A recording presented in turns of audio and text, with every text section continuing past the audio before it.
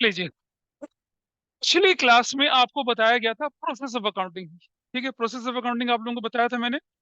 जो लोग नहीं है उनको तो नहीं पता चलेगा, लेकिन पुराने वालों को पता चलेगा। हमने बोला था काउंटिंग, अकाउंटिंग क्या लिया था हम लोगों ने, साइकिल, या फिर हमने बोला था क्या, प्रोसेस। अकाउंटिंग साइकिल या अकाउंटिंग प्रोसेस की बात करी थी हमने पिछली क्लास में। और अब आप मुझे क्लू देंगे, उसके बाद मैं अगला कंसेप्ट आप लोगों के साथ लेके चलूंगा। ठीक है जी, तो यहाँ से शुरू करते हैं। और is present the last class? नहीं थे, फिर भी आपको बताना है। अकाउंटिंग प्रोसेस कहाँ से शुरू हुआ था बताइए? डेफिनेशन से शुरू हुआ था ना। अगर आप कोई क्लास मिस करते हैं तो आप देखते हैं ना, क्लास खत्म होती है, मैं क्लास ग्रुप में उसकी रिकॉर्डिंग डाल लेता हूँ। This is your prime responsibility to go through that recording. उसके बाद अगर उस रिकॉर्डिंग में कोई डाउट परेशानी होती है तो अगली क्लास में आप 15 मिनट पहले तो आ ही जाते हैं, मेरे से वो चीज क्लियर कर सकते हैं। फिर भी कुछ डाउट है तो आप ट्यूसडे थर्सडे सैटरडे के दिन 6 बजे के बाद आके उस डाउट को क्लियर कर सकते हैं। There is no restriction to come here even if your assign days. आपका मंडे वेडनेसडे फ्राइडे का डे है, अगर आप ट्यूसडे थर्सडे सैटरडे को आकर कोई चीज पढ़ना, प्रैक्टिस करना, रिवाइज करना चाहते हैं मेरे साथ, आ सकते हैं 6 बजे के बाद, क्योंकि उससे पहले 12th की क्लास चलती है। There is no hurdle in that. Recording आपके पास होती है, जो हम बोल रहे हैं वो सब रिकॉर्ड हो रहा है, उसको आप देख सकते हैं घर पे। फिर भी आपका डाउट हो तो वो घर से भी, अगर आपको लगता है कि you have a doubt, you can text me, you can message me, I answer you. Got it? लेकिन अगली क्लास में जब आप पिछली क्लास मिस करके आते हैं, ये मत बोलिए कि हमें कुछ पता नहीं है। This is your prime responsibility कि आपको क्या करना है, पिछली वाले को रिकैप्चुलेट करना है, और फिर जो डाउट है मुझसे पूछना है। तो आपने पूरी रिकॉर्डिंग देखी, आपको लगा कि भाई ढेले भर का समझ में नहीं आया, अगले दिन मेरे साथ बैठिए, क्लास के बाद बैठिए, मैं सब कुछ तरह से समझा दूंगा। No issue with that. I don't take too many batches. एक 11th का बैच है, दो 12th के बैच है, दैट्स इट। उन्हीं में पूरा टाइम लगाते हैं। ठीक है, तो ध्यान रखेंगे कि अगर कोई चीज मिस होती है, कोई क्लास मिस होती है, तो उसकी रिकॉर्डिंग देखें और फिर अपने आप को अपडेट रखें। अभी आप भी नहीं। हाँ, आइडेंटिफिकेशन सबसे पहले क्या किया हम लोगों ने यहाँ पर, what we have done, identification of क्या, फाइनेंशियल इवेंट्स या ट्रांजेक्शंस। ये हमने पिछली क्लास में आपके पास पहला स्टेप बताया था। शौर्य, दूसरा स्टेप क्या था? What was the second step Shaurya? Identification के बाद रिकॉर्डिंग बोला था, रिकॉर्डिंग। Yes sir. शौर्य बताएंगे मुझे। बेटा रिकॉर्डिंग दो तरह से होती थी, पहले किस में होती थी? Cash book sir. Cash book में, ठीक है जी। और पहले हो गया कैश बुक में, करेक्ट। इसके बाद मुझे बताएंगे अनंत जैन, अनंत, उसके बाद क्या होती थी? Subsidiary books. Subsidiary books. Subsidiary books, subsidiary books में अनंत। कोई पहली वाली सब्सिडरी बुक्स बताओ बेटा क्या थी? Purchases book. Purchases book, purchases book थी। इसके अंदर बताइए, परचेज बुक के अंदर क्या रिकॉर्ड होता है? तो रिकॉर्डिंग में नहीं देखा ना, जैसे बैठ बोलिए। Only and only credit purchase. Credit purchase भी किसकी? गुड्स की। अब जरा समझ लीजिए, पिछली क्लास में जो बच्चे नहीं आए थे मैं बता दूं, मैंने डिफरेंस बताया था किसका, गुड्स का वर्सेस एसेट्स का। इनमें से ब्रॉडर टर्म कौन सी है? एसेट्स। जो हमारी गुड्स होती है, हमारी एसेट्स भी होती हैं। जैसे मैं समझाऊं आपको कि मेरे सामने एक कंप्यूटर है, आपके सामने एक कैमरा पड़ा हुआ, ठीक है। व्यक्ति की नेहरू प्लेस में दुकान है, जिसमें वो लैपटॉप, कैमरा और कंप्यूटर एसेसरीज बेचता है, उसके लिए वो गुड्स है। मेरे लिए लैपटॉप क्या है? एसेट है। गुड्स का मतलब है purchasing it for resale. Assets का मतलब है purchasing it, keeping in the business, utilising it, generating sale, creating profit. इसका मतलब ये है। फर्नीचर डीलर के लिए फर्नीचर क्या है? गुड्स है। मेरे लिए फर्नीचर क्या है जिसपे आप बैठे हो? एसेट्स है। आप कुर्सी में बैठेंगे, उसके इस पे आग लगा के फेंक दूंगा मैं? नहीं ना। अगला बैच भी बैठेगा, उससे अगला भी बैच बैठेगा, इस तरह से काम चलेगा। सो गुड्स क्या होती हैं आपकी? गुड्स भी आपकी एसेट्स हैं। These are the assets which you purchase for resale.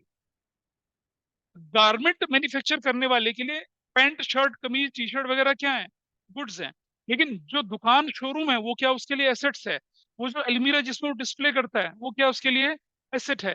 वो कंप्यूटर जिससे वो बिल बनाता है उसके लिए क्या है?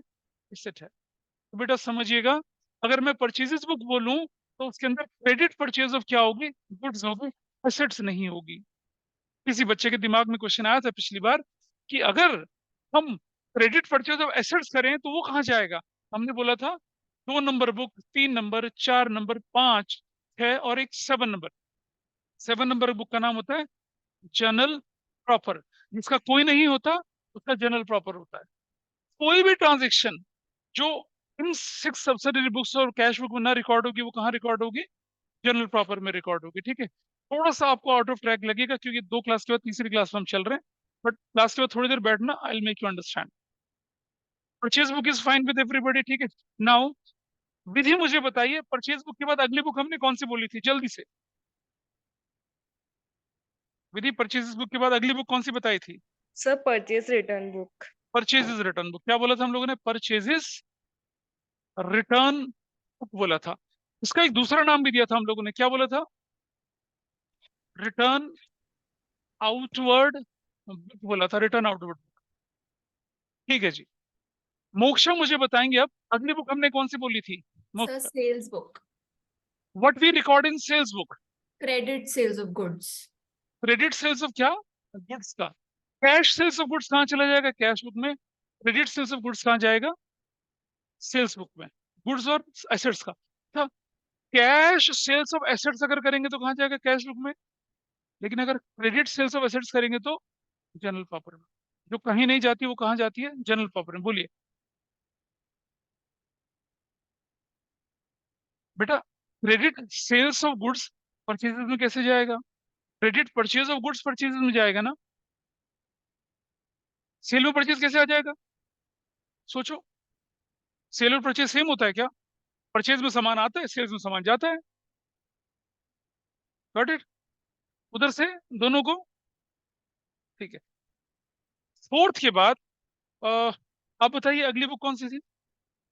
Sales return book. Sales return book का दूसरा नाम क्या दिया गया था? हमने दूसरा नाम दिया था return inward. Return inward book बोला था इसको। अच्छा, आउटवर्ड इसलिए बोलते हैं, हम जब सामान खरीदते हैं तो सामान हमारे अंदर आता है, लेकिन जब हम रिटर्न करेंगे ना, वापस करेंगे, तो क्या होगा? सामान बाहर चला जाएगा, इट विल गो आउट।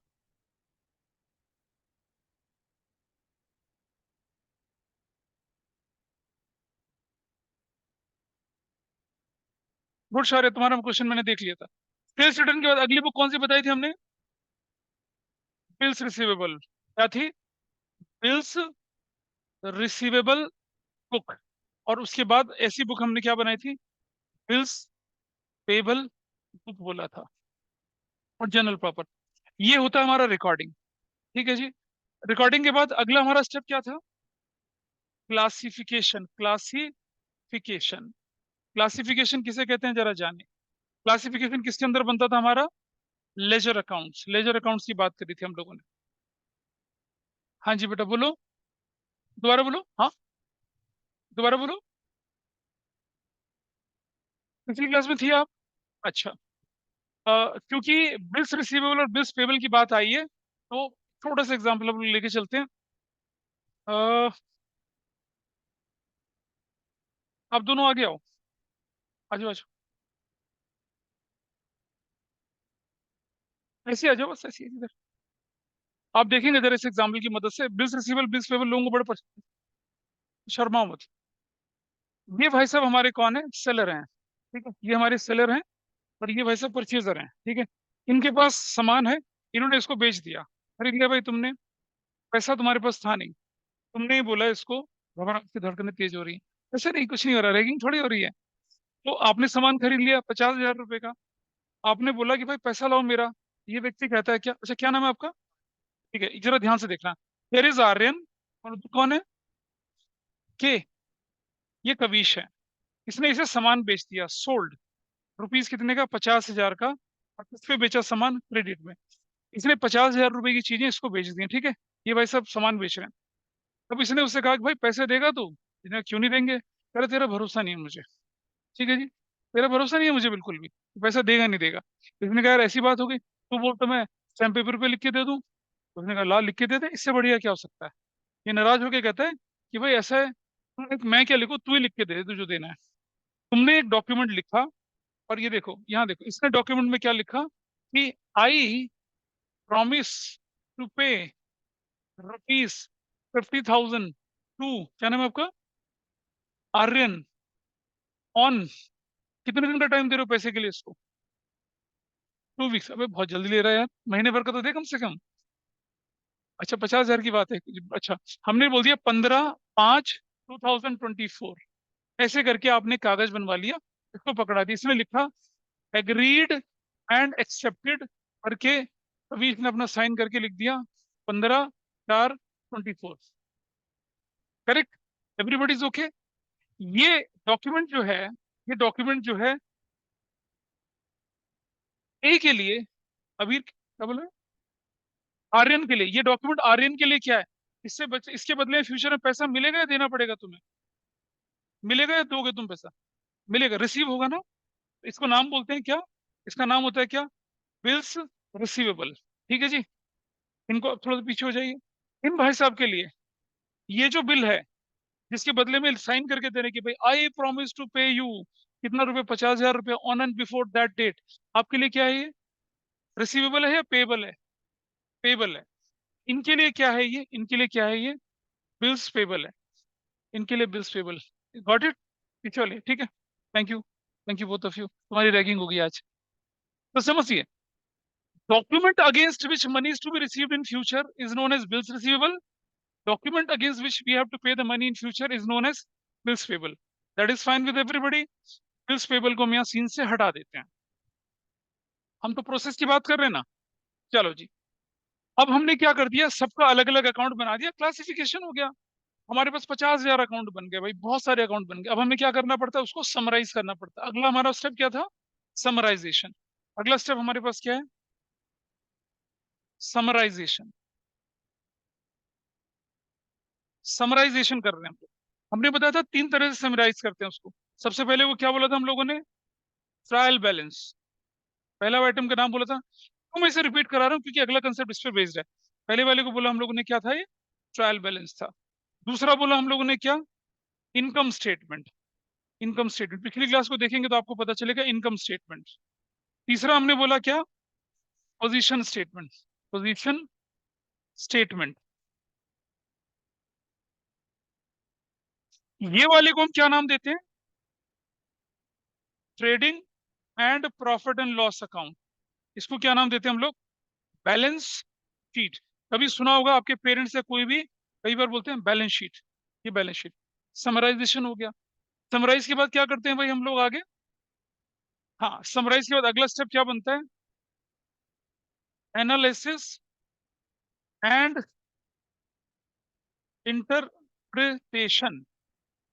और इसके बाद क्या होता है अगला? कम्युनिकेशन। इसको कम्युनिकेशन करेंगे हम लोग यूजर्स को communication to users, interested users. और फिर से आपका प्रोसेस चालू हो जाएगा। ये मैंने पिछली क्लास में आप लोगों को बताया था।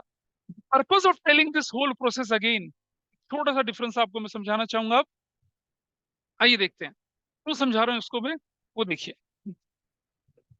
We identified the event and transactions, we recorded that into the books of accounts, यानी कि सब्सिडरी बुक्स और कैश बुक में। और फिर हमने क्लासिफिकेशन करा, यानी कि ये वाला, ये वाला और ये वाला स्टेप है, ये होता है बड़ा ही मैकेनिकल रूटीन स्टेप। क्या कहते हैं इसको? मैकेनिकल और रूटीन स्टेप कहते हैं। मतलब कुछ दिमाग लग रहा है ज्यादा? जहां पैसे की आई उसको दिख लिया, और जब आप प्रैक्टिस करते हैं ना, 1 महीना 2 महीना 6 महीना साल भर, अपने आप हाथ चलने लग जाते हैं, अपने आप ट्रांजेक्शन जानी शुरू हो जाती है, लेजर अकाउंट अपने आप बन जाते हैं। कोई पंगा नहीं आता, कुछ भी नहीं होता, बहुत स्मूथ, बहुत आसान होता है। ठीक है, चलो। अब मैं एक नई टर्म आपके साथ यूज करने वाला हूँ, उसको जरा समझना। अच्छा ये मुझे बताइए, can anybody know what is house keeping? क्या मतलब होता है हाउस कीपिंग का? 5 स्टार होटल में एक हाउस कीपिंग डिपार्टमेंट होता है। क्या मतलब?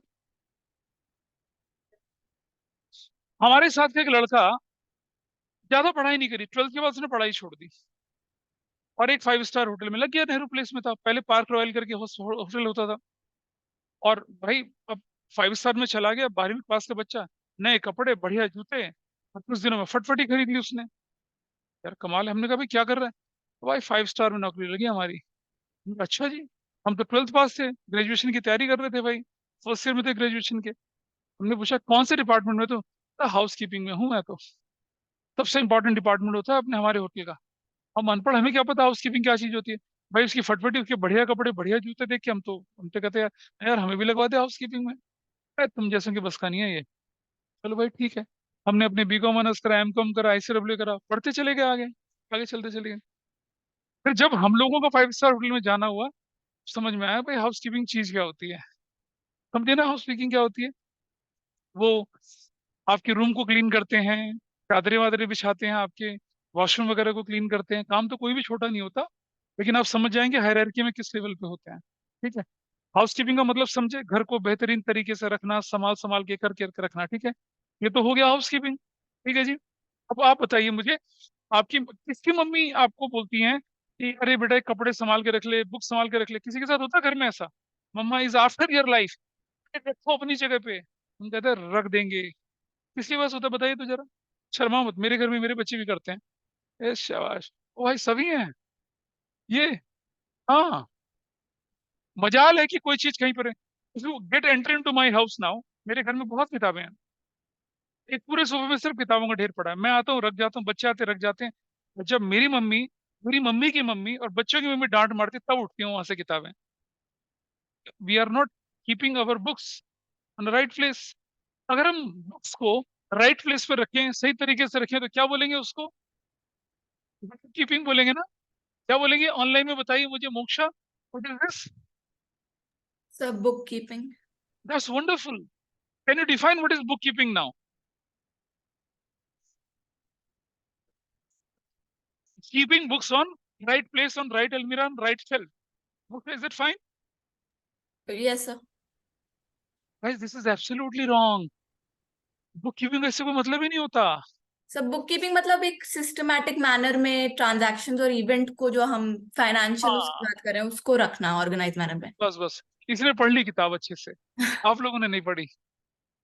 देखिए बेटा समझिए, अब सुनो, हाउस कीपिंग से दूर दूर का कोई लेना देना नहीं है। Book keeping is not related to house keeping. It has nothing to do with your study books at your home, in your almirah, where your mummy schooling you. रखो किताबों को संभालो, कुछ नहीं है ऐसा। बुक कीपिंग किसे कहते हैं पता है? स्टेप नंबर 1, स्टेप नंबर 2 और स्टेप नंबर 3 को मिला के हम क्या बोलते हैं? Book keeping. क्या बोलते हैं? Book keeping. यानी कि keeping is the primary steps in the process of accounting.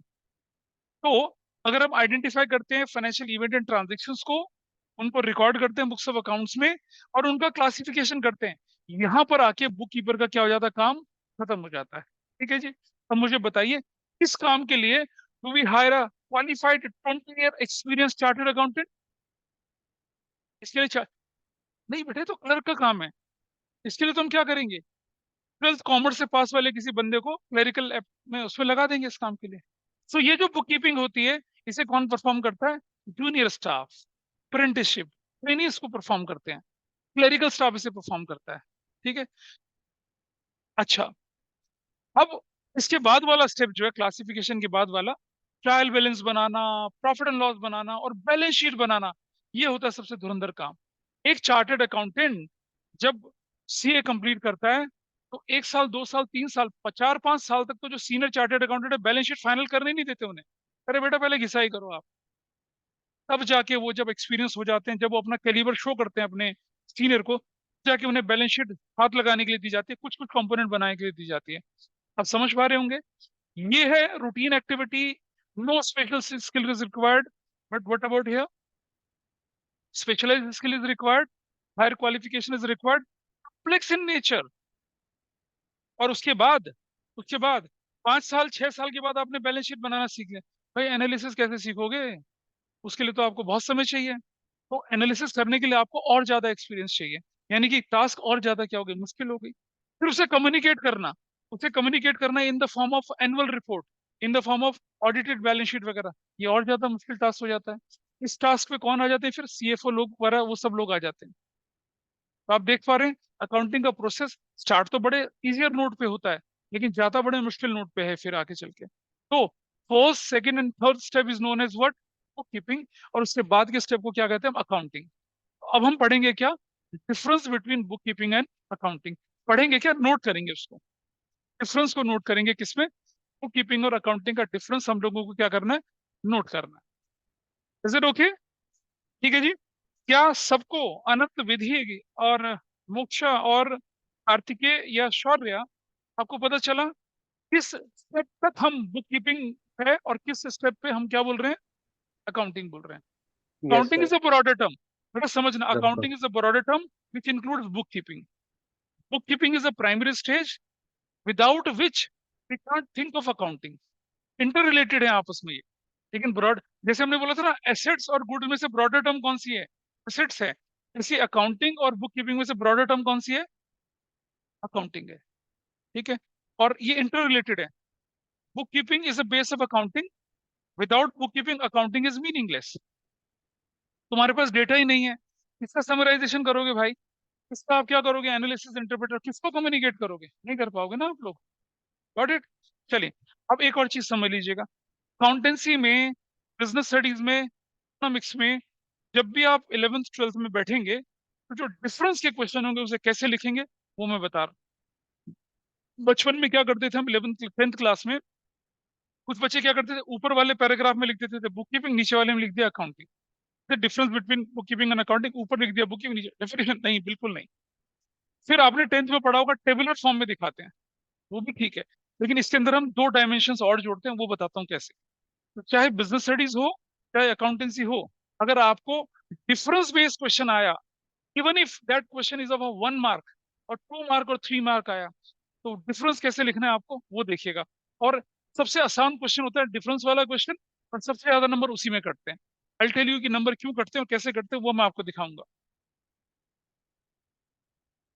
सबसे पहली जरूरी चीज होती है, आपको क्या बनाना है, यहां लिख रहे हैं हम किसका, डिफरेंस बिटवीन, क्या बोला हम लोगों ने, बुक कीपिंग एंड अकाउंटिंग.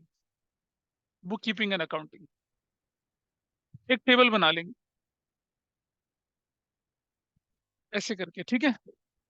यहां लिखेंगे सीरियल नंबर और नीचे तक लाइन चली जाएगी. अगला लिखेंगे आप बेसिस. बेसिस ऑफ क्या, डिफरेंस, बेसिस लिखेंगे. और फिर लिखेंगे यहाँ पर क्या, बुक कीपिंग. और फिर लिखेंगे यहाँ पर क्या, अकाउंटिंग.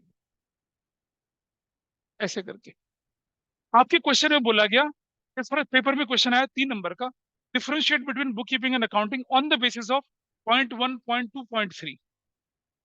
बेसिस आपको दे रखी है क्वेश्चन पेपर में, तो बच्चे क्या करते हैं, बेसिस लिखते ही नहीं है, 1, 2, 3 करके लिख देते हैं. 3 नंबर के क्वेश्चन में 2 नंबर मिलेंगे. तो अगर आप बेसिस नहीं लिखेंगे तो एग्जामिनर 1 नंबर काट लेगा आपका. आप बोले वो तो क्वेश्चन पेपर में दे रखा है, तभी तो कह रहा हूँ, even if it is given in the question paper, you have to write it in your answer sheet. ये लिखना ही लिखना है आपने, ठीक है, कोई चॉइस नहीं. इवन इफ डिफरेंस वाला क्वेश्चन 1 मार्कर में आए तो भी आप बेसिस ऑफ डिफरेंस के साथ लिखेंगे उसको, कोई चॉइस नहीं है आपके पास. ठीक है जी, दिस इज वन थिंग. दूसरी चीज, जब आप के बीच का डिफरेंस लिखेंगे ना, जैसे मैंने बोला कि बुक कीपिंग स्टेज प्राइमरी और क्या बोला, सेकेंडरी. प्राइमरी और सेकेंडरी एक एक शब्द नहीं लिखेंगे, it is primary stage, it is secondary stage. You have to write sentence. अगर आपका आंसर ठीक है और आपने सेंटेंस नहीं लिखा पूरा, वो भी आपका आधा नंबर कट जाएगा. ठीक है, तो टीचर शायद बोले आपको या ना बोले, लेकिन जब मार्किंग करेंगे तब क्या करेंगे, वो आपके नंबर काट लेंगे. So you have to be very careful. अगर आपको डिफरेंस वाला क्वेश्चन आएगा तो क्या करना है आपको, इसमें यही लेके चलना है. चलिए कैसे लिखना है. Number 1, scope. बताओ भाई किसका स्कोप ज्यादा है, बताइए. It has a wider scope, it has a narrow scope. तो नैरो वाइड नहीं लिखेंगे, नहीं लिखेंगे, ठीक है. ऐसा नहीं लिखेंगे सिर्फ एक शब्द लिख दिया, nobody is going to give you marks on the basis only 1 word.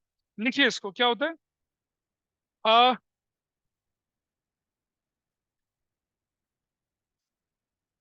It includes, क्या होगा बताइए, आइडेंटिफिकेशन, और आगे क्या होगा, रिकॉर्डिंग, और क्या होगा, and classification of. Summarise, summarisation इसके अंदर तो नहीं आया बेटा, अभी बताया था. समराइजेशन के अंदर कहाँ आया, ठीक है. क्या है, आइडेंटिफिकेशन, क्लासिफिकेशन. या मैं थोड़ा सा ढंग से लिखता हूँ, देखिए. It is the process of क्या चीज? Identification. It is the process of क्या चीज है? Identification of financial transactions and events, comma,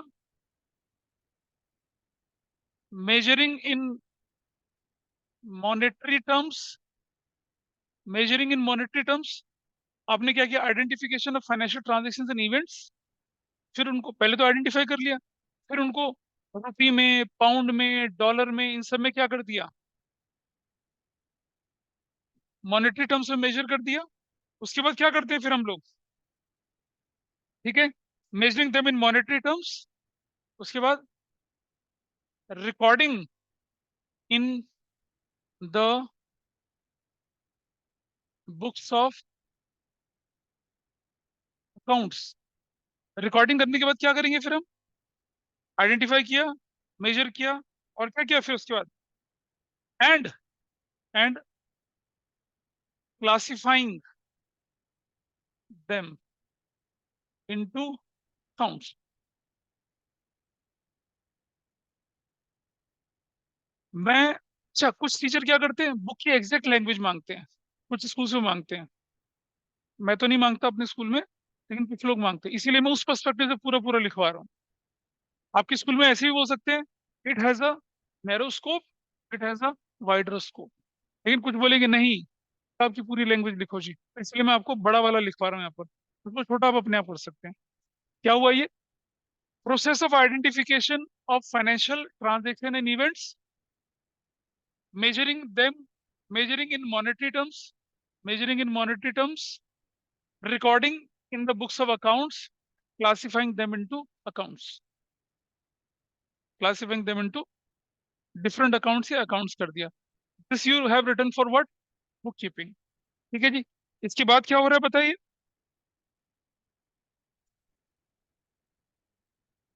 In addition to bookkeeping, ये क्या है भाई? अकाउंटिंग के अंदर बुककीपिंग तो होता ही होता है, उसके अलावा क्या होता है बताइए? कर रहे उसके अलावा क्या होता है? थोड़ा online. In addition to book keeping, accounting के अंदर और क्या चीजें आती है शौर्य, बताइए मुझे।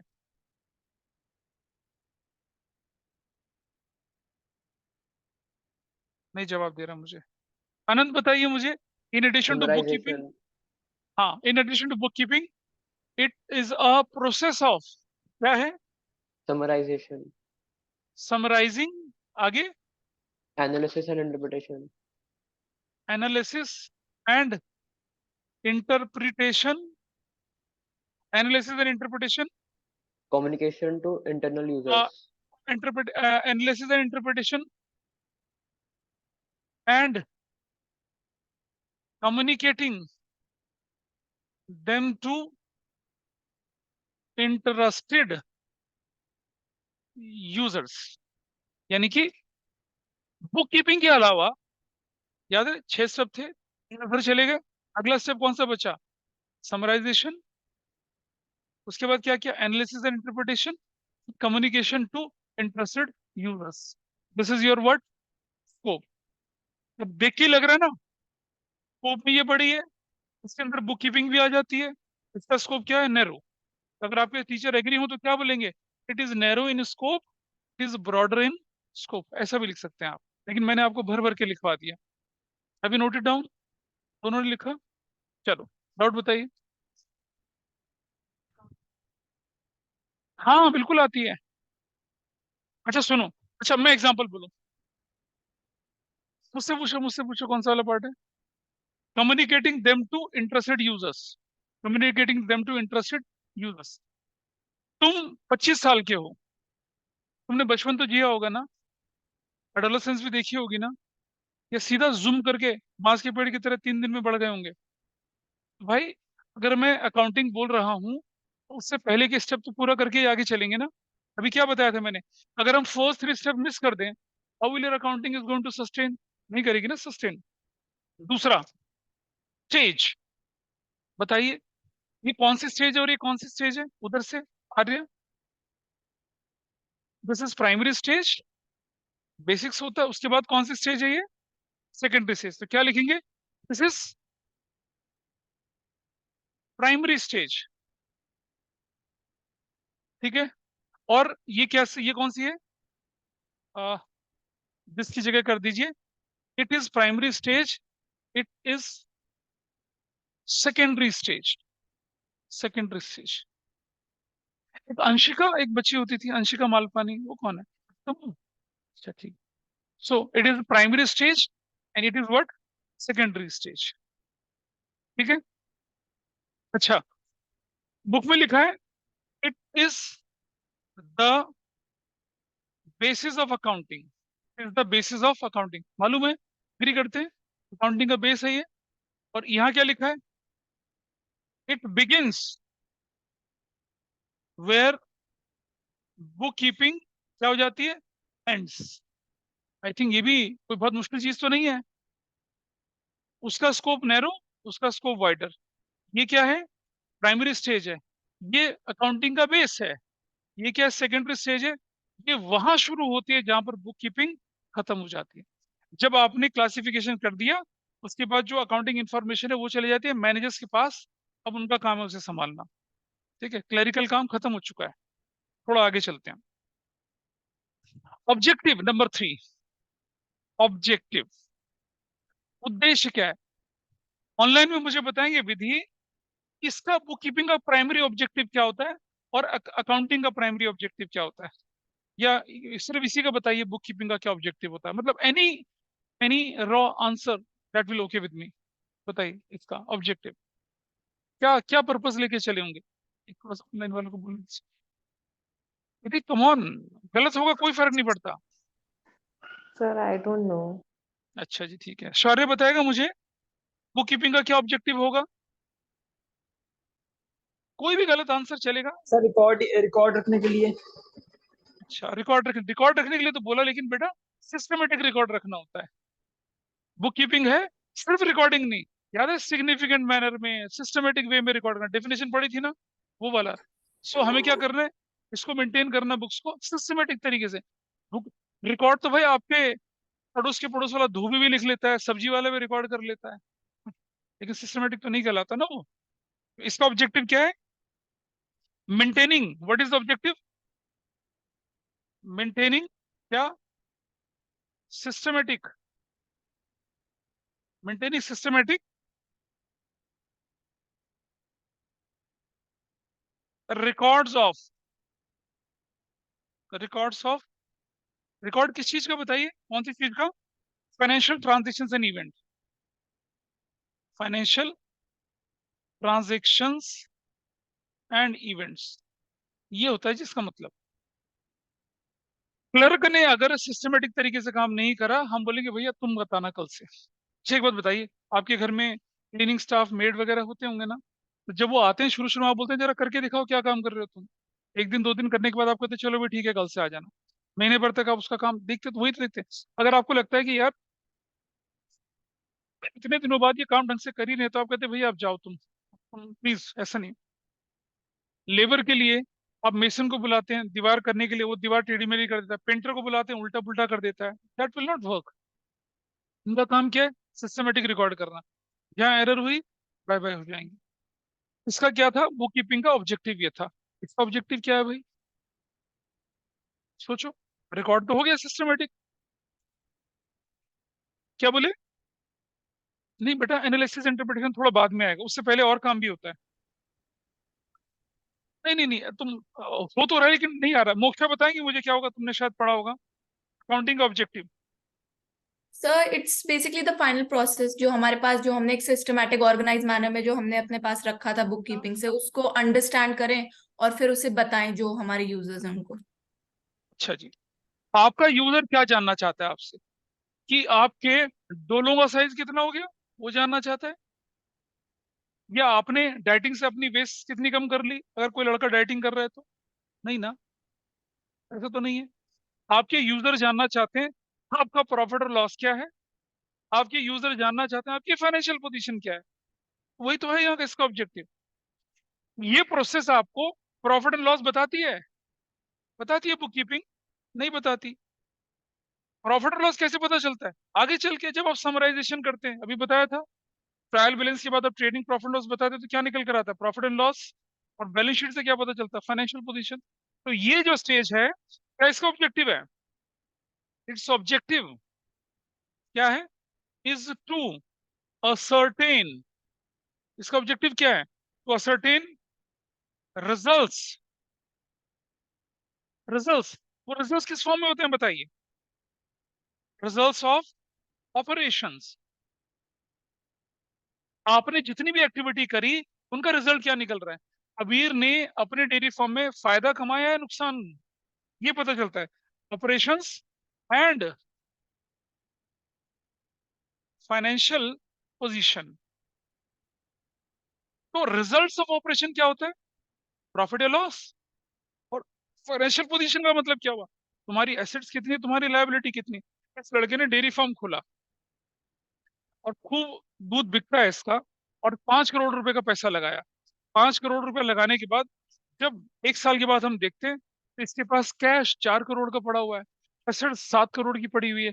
इसका मतलब इसने ग्रो किया ना अपने आप को, फाइनेंशियल पोजीशन अच्छी हुई, और दूध बेच के हर महीने 10-10 लाख रुपए कमा रहा है, प्रॉफिट भी ठीक निकल कर आ रहा है। तो objective accounting is what? To ascertain results of operations, right, financial position. ये इसका ऑब्जेक्टिव है, पता लगाना। ठीक है। एंड उसके बाद क्या करना बताइए? And to communicate it to interested parties. भाई आपने ये पता लगा लिया मेरा प्रॉफिट कितना है, आपने ये पता लगा लिया मेरा लॉस कितना है, और अपने पास इंफॉर्मेशन रख के ऐसे बैठ गए, कोई पर्पस सॉल्व होगा इसका? नहीं होगा ना। मालिक को बताओगे ना जी हमने प्रॉफिट कमाया, फाइनेंशियल पोजीशन अच्छी हो गई, सरकार को टैक्स के लिए अपना क्या करोगे? रिटर्न भरोगे। लो भाई जितना टैक्स लगाना लगाओ, हम तो पहले तैयार खड़े हैं। सो आप देख रहे हैं धीरे धीरे accounting is a complex process, जबकि book keeping is what? Simple, easy और मैकेनिकल प्रोसेस होती है। चलो आगे बढ़ते हैं जरा। Number 4, nature of job. यहां किस तरह का काम होता है? रूटीन और मैकेनिकल काम। फाइनेंशियल ट्रांजेक्शन को ढूंढना, उनको क्या करना? आइडेंटिफाई करना, मेजर करना, रिकॉर्ड करना, क्लासिफाई करना, खत्म। फिर दोबारा से वही, फिर दोबारा से, हर रोज वही काम करते हैं वो, करते हैं ना। तो क्या हो गया? ये काम कैसा है? This job is, it is routine in nature. क्या है? रूटीन इन नेचर है। कौन सा वाला? बुक कीपिंग रूटीन इन नेचर है। ठीक है जी। अच्छा, अब अगर ये रूटीन इन नेचर, तो ये क्या होगा? क्या बोलेंगे इससे? कोई आइडिया? बोलो। Subjective to some extent. और कोई इधर से बोले तो? आनंद बताएं, अगर ये रूटीन इन नेचर है तो ये क्या हो सकती है? चलो एक और चीज बताते हैं आपको। इफ somebody सेज, यार शाहिद खरगोश कपूर की पर्सनैलिटी डायनेमिक है। डायनेमिक है क्या? शाहिद खरगोश कपूर, जानता है कोई? शाहिद कपूर, नन्हा सा बच्चा, नहीं पता किसी को? अच्छा चलो, टाइगर श्रॉफ तो देखा होगा, है ना? क्या लगता है उसकी पर्सनैलिटी को देख के? चलो यार, उसके भी दद्दू टाइप के आदमी, ऋतिक रोशन को तो देखा होगा, वो ठीक लगते हैं थोड़े से, है ना? उनसे थोड़े बड़े हैं, मस्कुलर भी ठीक है, बढ़िया, मतलब पर्सनैलिटी। अच्छा, अगर हम बोले किसी व्यक्ति की पर्सनैलिटी डायनेमिक है, इसका मतलब क्या होगा? वो अपने सुसाइडर बॉम्बर और डायनामाइट की बेल्ट बांध के आता होगा, तब डायनेमिक बोलेंगे। कैसे बोलेंगे डायनेमिक बताइए? बोल भाई। अगर किसी को तुम बोलो तुम्हारे दोस्त को, भाई तू तो डायनेमिक है बंदा, मतलब हंस मत भाई, डायनेमिक हो सकता है वो भी। अच्छा चलो ठीक है। क्या आपने 9th 10th तक हिस्ट्री में लियोनार्डो दा विंची का नाम सुना था? सुना था? क्या था उसकी खासियत, क्या थी? कोई बताएगा ऑनलाइन में लियोनार्डो दा विंची क्या था? विधि, मोक्षा, अनंत, कार्तिकेय, शौर्य। भाई पेंटर भी था, स्कल्पचरिस्ट भी था, इंजीनियर भी था, डॉक्टर भी था, पोएट भी था, फिलोसफर भी था। दुनिया का ऐसा कौन सा गुण नहीं था उसके अंदर जो था? सर्जन भी था।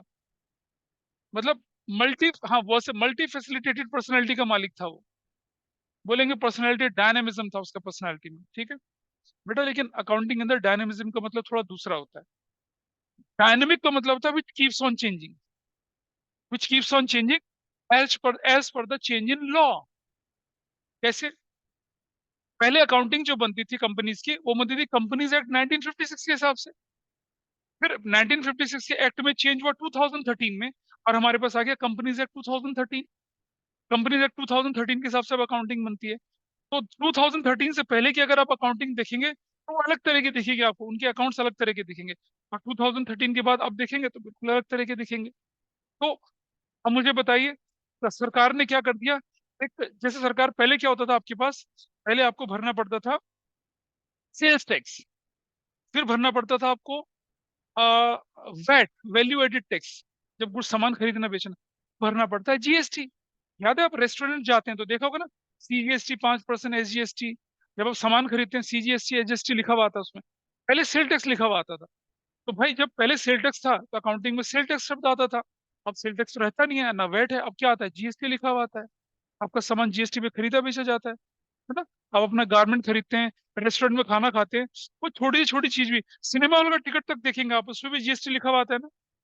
और जीएसटी के अलग अलग रेट चलते हैं। तो आप मुझे बताइए, रिकॉर्डिंग तो भाई रूटीन तरीके से हो रही है, लेकिन जब आप बैलेंस शीट फाइनल करेंगे, ट्रेडिंग प्रॉफिट लॉस अकाउंट बनाएंगे, तो ये जितने भी कानून में बदलाव हुए हैं उसको रिफ्लेक्ट करके दिखाओगे ना उसके अंदर। तो ये काम कैसा हो गया बताइए? डायनेमिक इन नेचर है, which keeps on changing as per change in law, as per change in government policies, उसके हिसाब से बदलता चला जाएगा। ठीक है, तो क्या लिखेंगे इसके में यहाँ पर? ये it is dynamic in nature. क्या बोलेंगे इसको? Dynamic in nature. डायनामिक का मतलब होता है विच कीप्स ऑन चेंजिंग। और किसके हिसाब से बदलेगा वो? Rules regulations. Income tax act बदल गया, उसके हिसाब से चीजें बदल जाएंगी। कंपनीज एक्ट बदल गया। जीएसटी में आपने देखा होगा, जीएसटी काउंसिल हर साल कोई ना कोई चेंजेस कर देती है, उसके हिसाब से चीजें बदलेंगी। इंडियन आईएफआई, जैसे मान लो international financial reporting standard follow कर लिया आपने, उसके हिसाब से चलेंगी। तो इसलिए ये क्या होता है, देखो रिकॉर्डिंग में कोई फर्क नहीं पड़ता, लेकिन जो आप समराइजेशन करते हैं और जो एनालिसिस इंटरप्रिटेशन करते हैं उसमें फर्क पड़ जाता है। इसलिए ये क्या होता है? डायनेमिक इन नेचर होता है। अच्छा, आगे बोलते हैं जरा। Performance number 5। परफॉर्मेंस क्या मतलब है? Who performs book keeping function, बताइए जरा मुझे, कौन परफॉर्म करता है इसको? आ जाइए, कौन करेगा? हाँ जी, इसको कौन परफॉर्म करता है? जूनियर या technical staff? Non technical staff बोलते हैं, टेक्निकल भी नहीं बोलेंगे उसको। नॉट सो ट्रेंड, बहुत ज्यादा ट्रेन नहीं। आपको मालूम है कुछ लोग क्या करते हैं, बीए करते हैं और एक चार्टेड अकाउंटेंट के यहाँ पर काम करने लग जाते हैं, और बोलते हैं सर जी आप हमें ना अकाउंट सिखा देना। कहता है अच्छा, सीए कहता है आजा भैया, सस्ता लेबर मिल गया हमें, चलो सीखने लग जाते हैं। 4 5 6 10 साल में क्या सीख पाते हैं वो? तुम्हें लग रहा है वो बुक कीपिंग सीख रहे होंगे, अकाउंटिंग सीख रहे होंगे? बुक कीपिंग सीखते हैं, क्लर्क बनते हैं, आराम से सारी उम्र बिताते हैं, रिटायर होकर घर चले जाते हैं। तो क्या है ये? परफॉर्मेंस कौन है, कौन परफॉर्म करता है इसको? ठीक है, रूटीन वर्क। रूटीन वर्क क्या है ये? रूटीन वर्क है, कॉमा परफॉर्म्ड। रूटीन वर्क है परफॉर्म्ड बाय कौन? Not so trained staff. आपको बेसिक अकाउंटिंग की बुक कीपिंग करने के लिए कोई बहुत बड़ी तूफानी डिग्री नहीं चाहिए, आपको चार्टर्ड अकाउंटेंट नहीं होना। सीए जब ट्रेनिंग लेता है सीखता है सब कुछ, लेकिन उसका असली फोकस इधर होता है। Profit loss, financial position, reporting, ठीक है, कम्युनिकेशन, एनालिसिस इंटरप्रिटेशन करते हैं वो लोग, कैसे करते हैं। अच्छा, आप जानते हैं शेयर मार्केट में, स्टॉक मार्केट में, शेयर मार्केट में सबसे बड़े एक व्यक्ति थे राकेश झुनझुनवाला। अभी पिछले साल उनका ही डाइट, पता है? By profession he was a chartered accountant. ये था जबरदस्त वाला। तो आपके पास टेक्निकल नॉलेज थी, फिर उसने स्टेट्स, उसने अपना स्टॉक पे अपना थोड़ा बहुत जबरदस्त रिसर्च वगैरह किया और पोर्टफोलियो बनाया और फिर आगे बढ़ते चले गए। तो ये कौन करता है? क्या बोला हम लोगों ने इसका? Routine work. क्या है ये? Routine. Routine work performed by not so trained staff. और ये क्या है भाई, क्या है ये, स्पेशलाइज्ड, क्या है ये, स्पेशलाइज्ड वर्क। स्पेशलाइज है ना, ये तो हर कोई बैलेंस शीट थोड़ी फाइनल कर पाएगा। स्पेशलाइज वर्क है, परफॉर्म्ड बाय, परफॉर्म्ड बाय कौन, कौन परफॉर्म कर रहा है, performed by trained staff, trained staff. इसको बोलेंगे ट्रेन्ड स्टाफ, चार्टर्ड अकाउंटेंट को बोलेंगे, ठीक है, उनको ट्रेन्ड स्टाफ बोलते हैं। Book keeping, recording. आपका अगर कोई भी पहले यूटी हुआ, 3 नंबर का क्वेश्चन जरूर आएगा। आपका कोई अगर टर्म एग्जाम हुआ, 3 से 5 या 6 नंबर तक का क्वेश्चन इसमें से आ सकता है, ये ध्यान रखना, इतना इंपॉर्टेंट है ये। और ये हमने कहाँ से सीखा, प्रोसेस ऑफ अकाउंटिंग से सीखा, ठीक है जी। आगे चलते हैं थोड़ा सा, और लास्ट में लेके चल रहा हूँ नंबर 6, लेवल ऑफ स्किल्स। आपको मालूम है अभी 4 दिन 5 दिन पहले उसेन बोल्ट का 100 मीटर का रिकॉर्ड एक अमेरिकन बंदे ने तोड़ा। मालूम? पढ़ा, न्यूज पढ़ी, नहीं पढ़ी? उसेन बोल्ट कौन था, फास्टेस्ट लिविंग या फास्टेस्ट मैन ऑन प्लेनेट बोल रहे हैं, तेज भागने वाला 100 मीटर की दौड़ का वर्ल्ड चैंपियन उसेन बोल्ट। उसके रिकॉर्ड को तोड़ दिया एक अमेरिकन बंदे ने। उसेन बोल्ट वो बंदा था उसने पहली बार 10 सेकंड वाले, मतलब 10 सेकंड के बेंचमार्क को क्या करा था, 9 पॉइंट कुछ सेकंड का उसका था रिकॉर्ड, वैसा करके रिकॉर्ड था। तो बताइए मुझे, नाम बताओ, ठीक है। डॉक्टर हार्ड हमारे सामने बैठे हुए हैं और उसेन बोल्ट हमारे सामने बैठे हुए हैं, चलो दोनों रेस लगाते हैं तो क्या होगा, जब तक ये खड़े होंगे तब तक उसेन बोल्ट पार कर जाएगा। 9 सेकंड होता ही क्या है, तुम अगर 5 बार सांस लोगे 9 सेकंड हो जाते हैं, धीरे धीरे 5 सांस लो, इतनी देर में बंदा 100 मीटर भाग जाता है, ठीक है। और 100 मीटर कितना होगा, चौराहे से अगर कोई डीपीएस की गेट तक पहुंचे तो चलने में टाइम लग जाता है, कैसे पहुंचे कितनी देर में, ठीक है। तो अगर मैं बोलूं क्या कि प्रोफेशनल एथलीट के साथ कंपैरिजन करवाया जाए आपका, तो कहीं नहीं ठहरेंगे। उसकी स्टेमिना, उसकी स्पीड और उसका मैं बोलूं तो स्किल बियॉन्ड कंपैरिजन है। तुम कितना भी जोर लगा लो, पूरे शरीर का जोर लगा लो, लेकिन तुम उसके बराबर दौड़ ही नहीं पाओगे। उनकी प्रैक्टिस होती है, एक एक अंग का पुर्जा उन्होंने एक्सरसाइज करके खोल रखा होता है। यहाँ पर हमारे पास क्या आ रहा है, level of skills.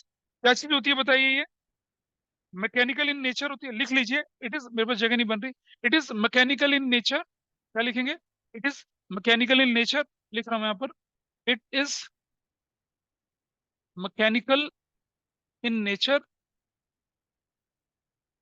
It is mechanical in nature and thus does not require, क्या नहीं चाहिए उसको, स्पेशल स्किल्स, स्पेशल स्किल्स नहीं चाहिए, स्पेशल स्किल्स मैकेनिकल नेचर का होता है, धीरे धीरे करके सीख जाएंगे आप। अच्छा ये बताइए मुझे, आप में से किसी को ड्राइविंग आती है, ड्राइविंग 4 व्हीलर की? सारे चतुर बच्चे हैं। तो शुरू शुरू में क्या लगा था, रुके ना, हिले ना। और जब आप चलाना शुरू करते हैं 4 5 6 10 साल बाद, फिर क्या हो रहा होता है, अपने आप हाथ चल रहे होते हैं, अपने आप थोड़ा थोड़ी सी गाड़ियां चल रही हैं, एक हाथ से चल रहा होता है, 2 हाथ चल रहा है, आराम से चला, सब कुछ आराम से चल रहा होता है, कोई परेशानी नहीं।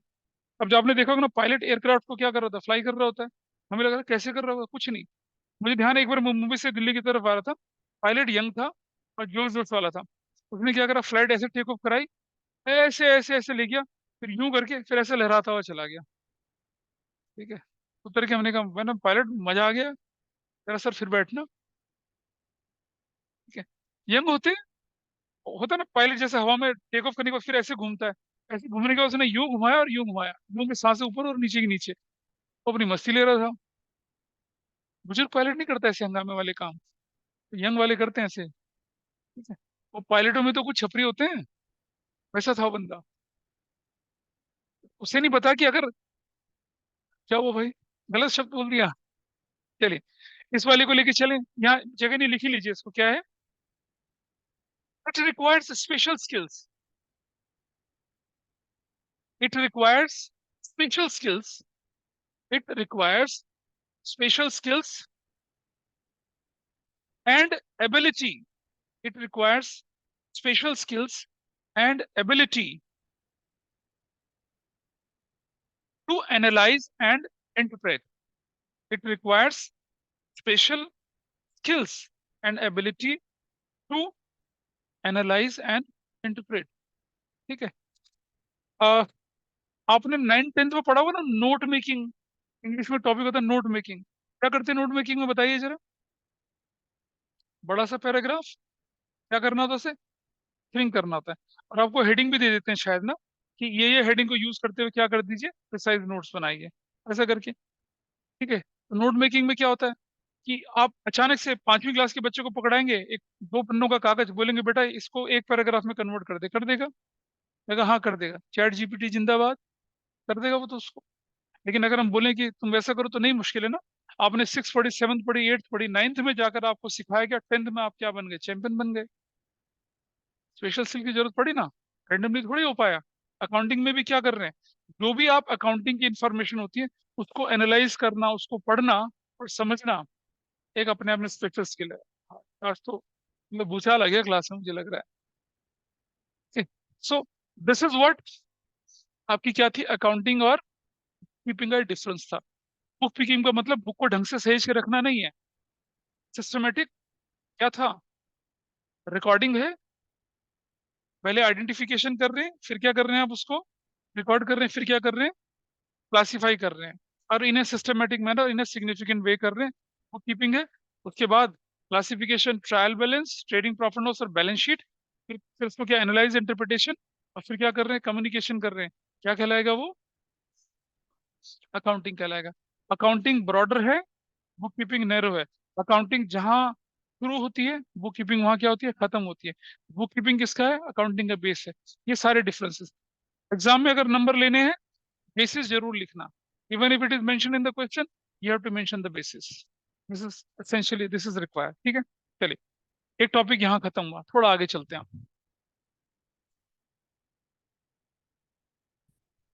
अब मैं आपके सामने लेके चल रहा हूँ branches of accounting. Branches of accounting हमारे सिलेबस में कौन कौन सी ब्रांचेस अकाउंटिंग के, उसको पढ़ेंगे हम लोग। चलिए भाई, अब मुझे बताइए, हमारे देश में क्या नेचुरल रिसोर्सेज की स्कैरिसिटी है? कोई बताए। आपको जंगल नहीं मिलते, आपको पहाड़ नहीं मिलते, आपको नदियां नहीं मिलती, आपको झरने नहीं मिलते, आपको झील नहीं मिलती, बोलिए।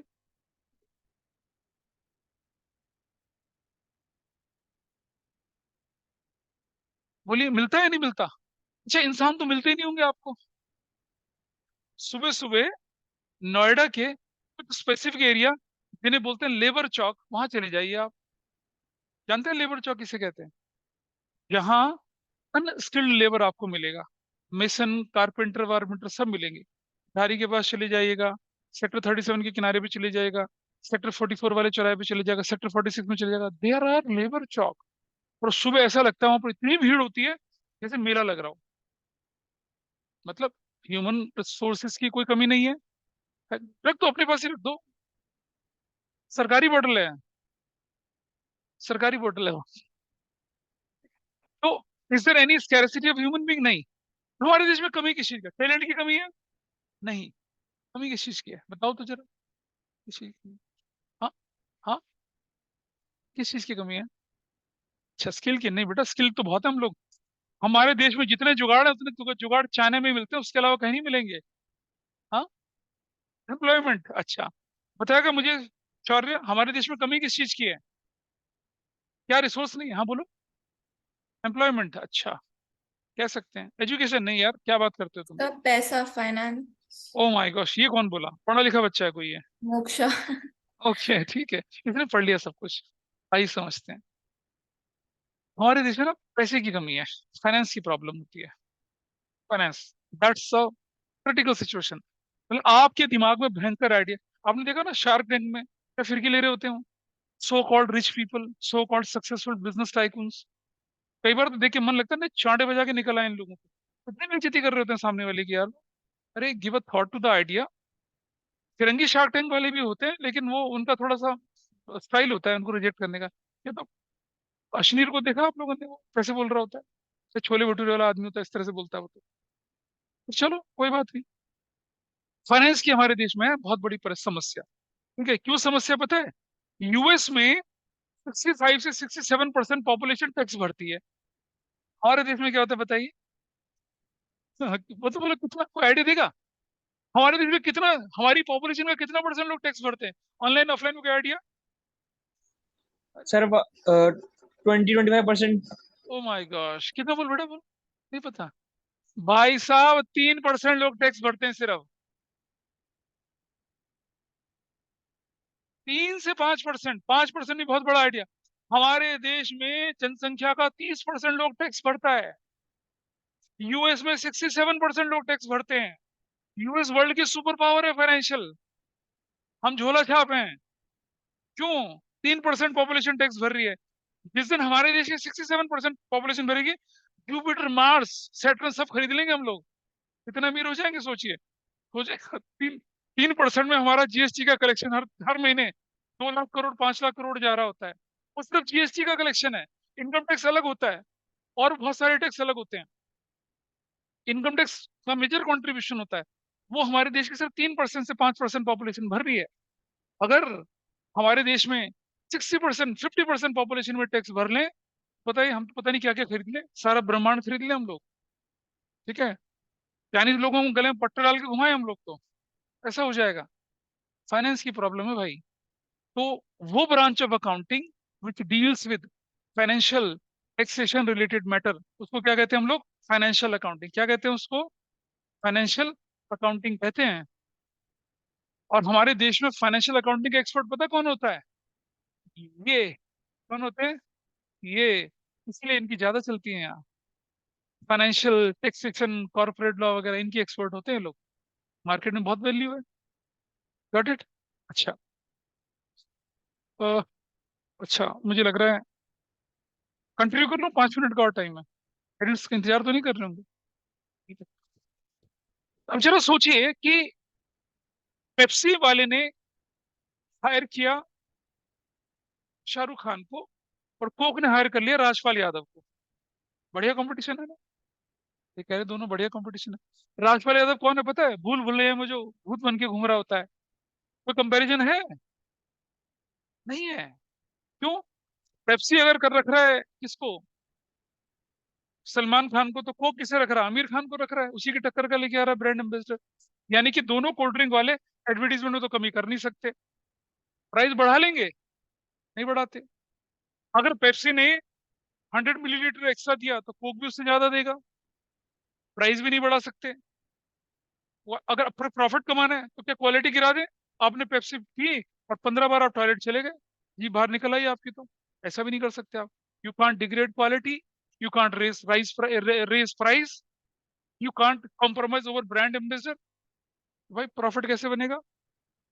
प्रॉफिट कौन काटेगा फिर? कॉस्ट काटनी पड़ेगी ना आपको। कॉस्ट कटिंग होगी। And who is the expert in cost cutting? इनको बोलते हैं क्या? इसको क्या बोलते हैं? Cost accounting. क्या बोलते हैं इसको? Cost accounting. इसका एक्सपर्ट इंडिया में कौन होता है? सीएमए कहते हैं। कॉस्ट एंड मैनेजमेंट अकाउंटेंट बोलते हैं उनको, जिसे पहले आईसीडब्ल्यू बोला करते थे। ये होते हैं। This is another branch of accounting which deals in क्या? Controlling the cost.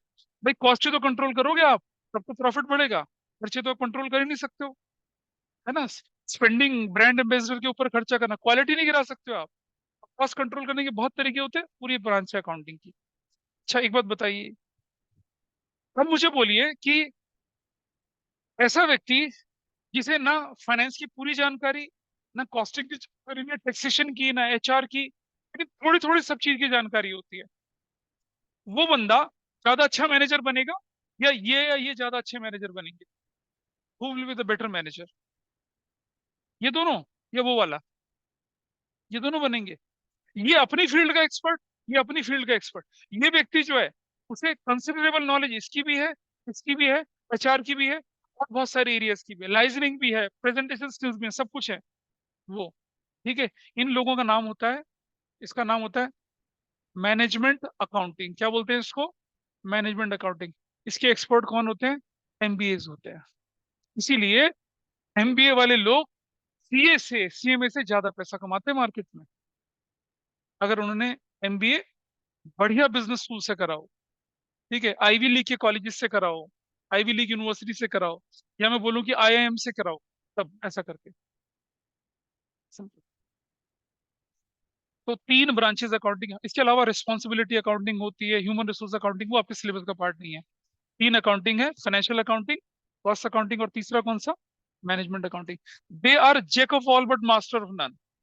लेकिन इनको ये सब थोड़ा थोड़ा पता होता है। इनको सिर्फ अपनी फील्ड पता होती है, इनको सिर्फ अपनी फील्ड पता होती है, इनको इनकी फील्ड का भी पता होता है, और बहुत सारी फील्ड का पता होता है, वर्सेटाइल होते हैं, ज्यादा स्किल्ड होते हैं। और इनकी ग्रूमिंग कैसे करी जाती है, इनकी ग्रूमिंग इनकी ग्रूमिंग होती है फ्यूचर मैनेजर के रूप में। इनकी ग्रूमिंग क्या होती है, फाइनेंशियल एक्सपर्ट की। इनकी ग्रूमिंग कैसे होती है, कॉस्ट एक्सपर्ट की। Obviously they have hires in the market. Got it? हमने इन टॉपिक को खत्म किया आज। Will proceed further in the next class. तब तक जो भी पढ़ा है उसको रिवाइज करिए, ठीक है? Is it okay with everybody? Vidhi, Anand, yes sir. Shaurya, Yes, sir. बाकी लोग? चलिए। Yes,